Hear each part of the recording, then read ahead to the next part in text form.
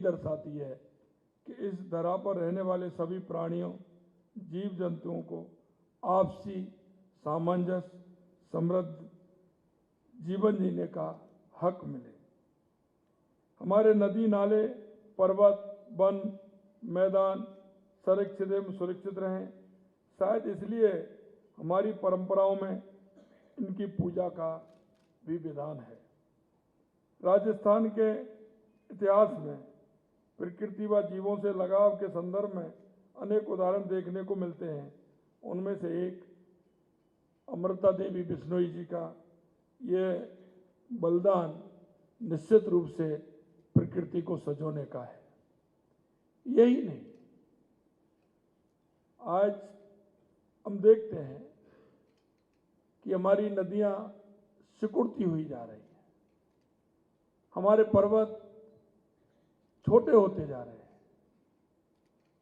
अगर हम प्रकृति का दोहन करेंगे तो प्रकृति हमारा भी दोहन करेगी। मित्रों, प्रकृति, पृथ्वी, पर्यावरण,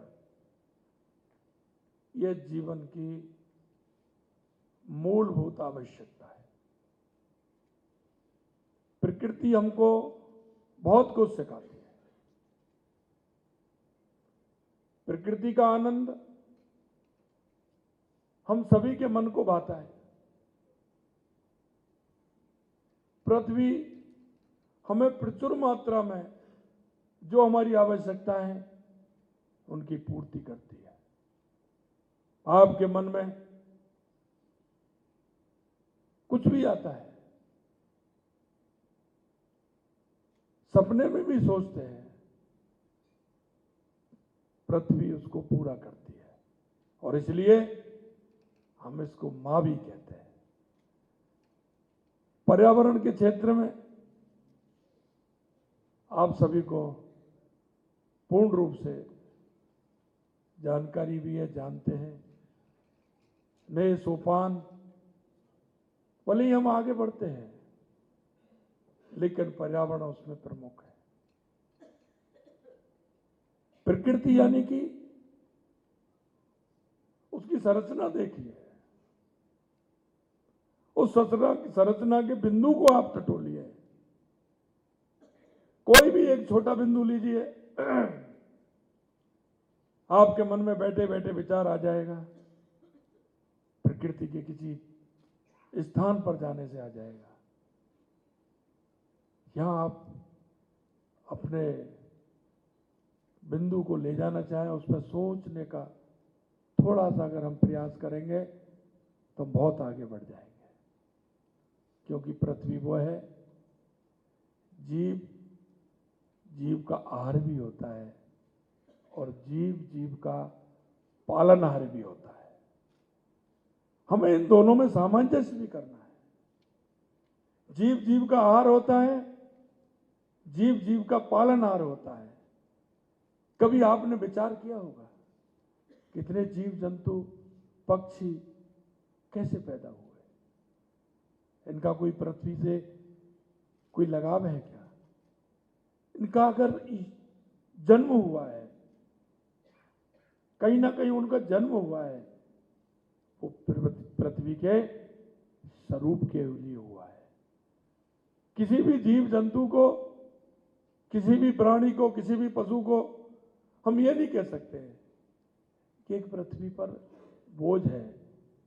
अगर आप उसकी गहराई में जाएंगे तो निश्चित रूप से प्रकृति का आनंद मिलेगा और वो ये मिलेगा कि ये भी किसी ना किसी काम के लिए इस पृथ्वी पर पैदा हुआ है। जल में जो छोटे छोटे कीड़े होते हैं, आप सोचो वो किस लिए है? वो तो जल को अशुद्ध करते हैं। मैं आपको बताना चाहता हूं, जल पीने वालों की संख्या कितनी है, लेकिन जल में रहने वालों की संख्या कितनी है, इसका भी हमें भान होना चाहिए। जल में जो रहता है उसका भोजन क्या है, यह भी हमें विचार करना चाहिए। इसलिए जल में रहने वाले छोटे छोटे जीव जंतु, जैसा मैंने कहा कि वो किसी का आहार है, तो किसी का वो पालनहार भी है, वो उसका आहार है, वो उसी से पलता है। आपने देखा होगा पशु पक्षी विचरित करते हैं, कितना आनंद आता है। और जब एक बड़ा जंगल का शेर जब किसी को अपना शिकार बनाता है, तो वो उसका शिकार कम होता है। जब वो शिकार खा के चला जाता है, तो जंगल में रहने वाले जो और है वो उनके काम आता है। वो अपना शिकार तो करता है, लेकिन जंगल में रहने वाले जो शिकार नहीं कर सकते और जिनको भोजन की आवश्यकता है, उनका भोजन वो जंगल में शेर शिकार करने वाला जो चला जाता है खा करके, वो उसका आहार बनता है। ये प्रकृति है। आप देखते हैं जब हाथी जंगल से निकलता है, वो बड़े बड़े पेड़ों की टहनियों को नीचे गिरा देता है, अपना भोजन प्राप्त करता है। लेकिन उन टहनियों को गिराते गिराते वो आगे बढ़ जाता है, और जब वो आगे बढ़ जाता है तो उस जंगल के वो छोटे छोटे जानवर होते हैं, उस पेड़ तक नहीं पहुंच सकते, उनको भोजन की आवश्यकता होती है, वो उनका भोजन होता है। मैं इसलिए कहना चाहता हूं, ये प्रकृति अद्भुत है, ये पृथ्वी अद्भुत है। पर्यावरण के क्षेत्र में हमें काम करना आवश्यक है। उस पर्यावरण के कारण हम विकसित हो रहे हैं, बहुत काम हम कर रहे हैं, लेकिन क्या हो रहा है, कितने बर्ड्स कम हो गए। आपके जीवन में देखिए, आप जहां रहते थे वहां देखिए, कारण क्या हुआ, आखिर कमी क्यों आई। हमारी पृथ्वी, प्रकृति और पर्यावरण, ये संतुलन है। अगर हम इस संतुलन के लेकर के नहीं चले और हम ये सोचते रहे कि जीव जंतु खत्म हो रहे हैं, पक्षी कम हो रहे हैं, नदी हमारी कम हो रही हैं, पहाड़ हमारे कम हो रहे हैं, तो आगे आने वाला ये मानव जाति के ऊपर ही उसका प्रभाव पड़ने वाला है। ये भी हमें विचार में रखना चाहिए। और मानव जाति इन सारे विषयों को रखने के लिए, ठीक करने के लिए, इसमें प्रयोग करने के लिए आपने जो जिस तरह से एक बेहतर ये सेमिनार आयोजित किए, इसके लिए इस पर हम क्या विचार कर सकते हैं, ये मील का पत्थर साबित होती है। क्योंकि आज समय नहीं है, दौड़ कितनी हो गई। हम भी हमारी प्रकृति को देखें, हमारे मानव का स्वभाव क्या था। शाम को 6 बजे बाद भोजन नहीं करते थे, आज 11 बजे पहले भोजन नहीं होता है। क्या हम इसमें प्रकृति का संरक्षण कर रहे हैं।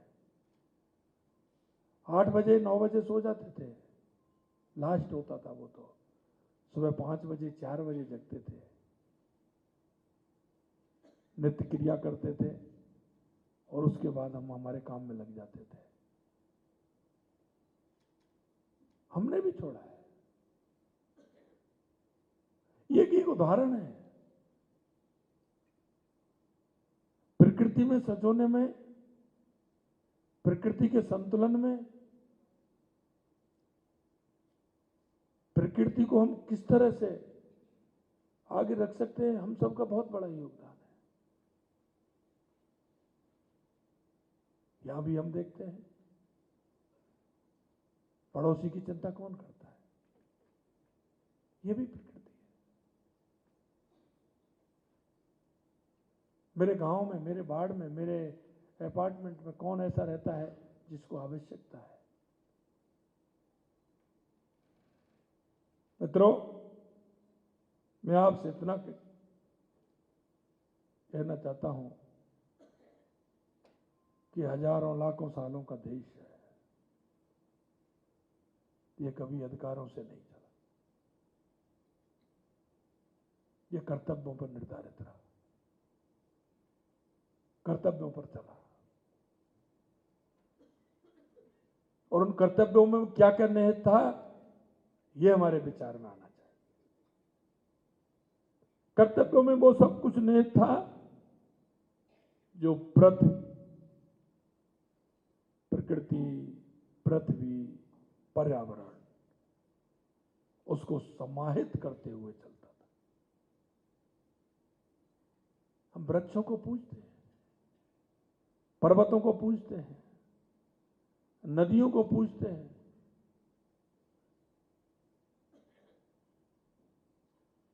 हमारा भाव पैदा करना होता है। घर में ले लीजिए, पेरेंट्स के प्रति, माता पिता के प्रति, भाई के प्रति, बहन के प्रति अगर हमारे मन में भाव नहीं होगा तो वो रिश्ता नहीं होगा। बनावटी ज्यादा नहीं चलता है, उसमें कहीं ना कहीं अगर उस भाव में कमी रहती है तो भाव का मतलब नहीं होता है और आगे वो मन और भाव टूट जाता है। हमारा उसके प्रति भाव कितना है? प्रकृति के अंदर हमारा भाव कितना है? मेरी आवश्यकता मेरा भाव नहीं है, वो तो मेरी आवश्यकता है। वो आवश्यकता मेरे मन को हिला भी सकती है। मेरी आवश्यकता पृथ्वी के संरक्षण को नुकसान भी पहुंचा सकती है। मेरी कोई ऐसी आवश्यकता है जो प्रकृति के, पृथ्वी के, पर्यावरण के किसी भी उसको अगर नुकसान पहुंचाती है तो मुझे मेरी आवश्यकता को त्याग देना चाहिए। यह पृथ्वी का संरक्षण है।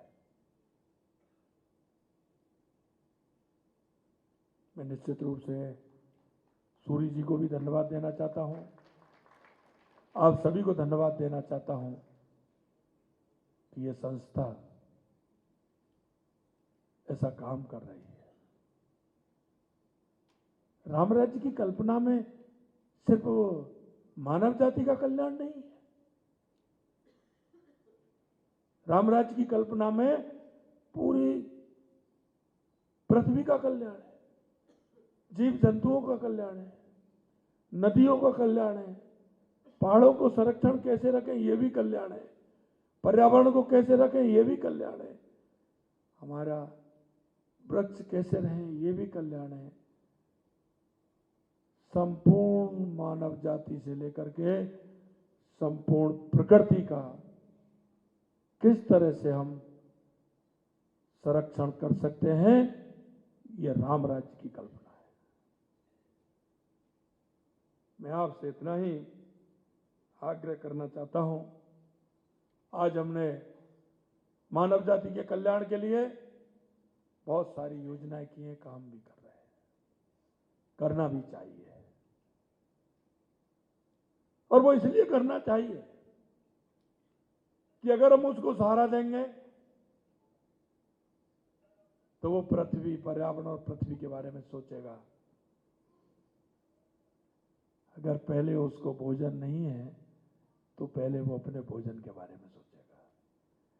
इसलिए हम मानव कल्याण के लिए, पंडित दीनदयाल उपाध्याय के अंत्योदय के लिए, क्योंकि अंतिम पंक्ति में जो खड़ा व्यक्ति, पहले हम उसको कैसे सहारा बने। क्योंकि आप देखते हैं मित्रों कि मेरी आवश्यकता पहले रोटी, कपड़ा और मकान की आवश्यकता होती है। तो हमारा संरक्षण ठीक प्रकार से हम उसका कैसे कर सकते हैं? मेरे पड़ोस में रहने वाला, मेरे शहर में रहने वाला कोई व्यक्ति ऐसा तो नहीं है, क्योंकि हम सभी इस देश के, प्रदेश के नागरिक हैं और नागरिक होने के नाते नागरिक का कर्तव्य भी माना जाता है और नागरिक कर्तव्य इस दुनिया में सबसे बड़ा कर्तव्य होता है। उसका कोई कानून नहीं होता है, उसको कोई बताने वाला भी नहीं होता है। ये आत्म अनुभूति होती है और उस आत्म अनुभूति के साथ साथ हमारा वो नागरिक होने का कर्तव्य हमारे अंदर स्वयं में झलकता है। कोई कहने नहीं आएगा, कोई शाबाशी भी देने वाला नहीं है, कोई धन्यवाद देने वाला भी नहीं है, कोई पुरस्कार देने वाला भी नहीं है। अगर आपको कोई पुरस्कार देने वाला है तो आपके अंदर जो अंदर आत्मा में बैठी हुई आपकी आत्मा है, वो ही आपको छोटे से लेकर के बड़ा पुरस्कार देने वाली है और वो ही सही मायने में आत्मसंतुष्टि है। जिस काम को करके वो ही मेरा सच्चा पुरस्कार है, ऐसा मेरा आप सभी से आग्रह है। पुनः मैं धन्यवाद देते हुए मैं मेरी बात को समाप्त करूं, उससे पहले देश के यशस्वी प्रधानमंत्री नरेंद्र मोदी जी ने कहा है, वही लक्ष्य है, सबका साथ, सबका विश्वास, सभी का प्रयास। अगर हम उस धारणा को लेकर के चलेंगे तो निश्चित रूप से कई हमारी धारणाएं उसमें आगे बढ़ेंगी। मैं आपको अंत में इतना कहना चाहता हूं कि हमारा नीति आयोग के माध्यम से, हमारी संस्था के माध्यम से हम किस तरह से जहां हम रहते हैं, हमारे गांव को, हमारे कस्बे को, हमारे शहर को और हमारे प्रदेश को और हमारे देश को कहां हमारी आवश्यकता है और इस आवश्यकता में हमारा योगदान कहां है, वो हमें निर्धारित करना है। जरूरी नहीं है कि आप कोई बड़ा काम करें। मैंने देखा था बाहर में कई प्रदेशों की स्टॉल लगी थी, उसको मैंने देखा। उन्होंने अपने अपने विचार से, अपने अपने हिसाब से इस बारे में अपनी बात रखी है। प्रचार इसलिए का हो रहा है, प्रसारित भी हो रहा है, लेकिन सबसे ज्यादा प्रचार प्रसार हमारे मन का, हम जहां बैठे वहां लोगों को बताने का। क्योंकि मेरे सामने जो बैठे हुए हैं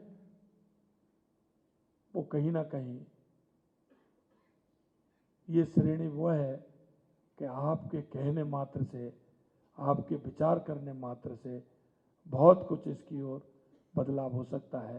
इसलिए मैं यही आग्रह करना चाहता हूं कि आपकी संस्था द्वारा और आपके द्वारा किए गए प्रयास निश्चित रूप से इस पृथ्वी के लिए, पर्यावरण के लिए, प्रकृति के लिए बहुत बड़ा काम करेंगे।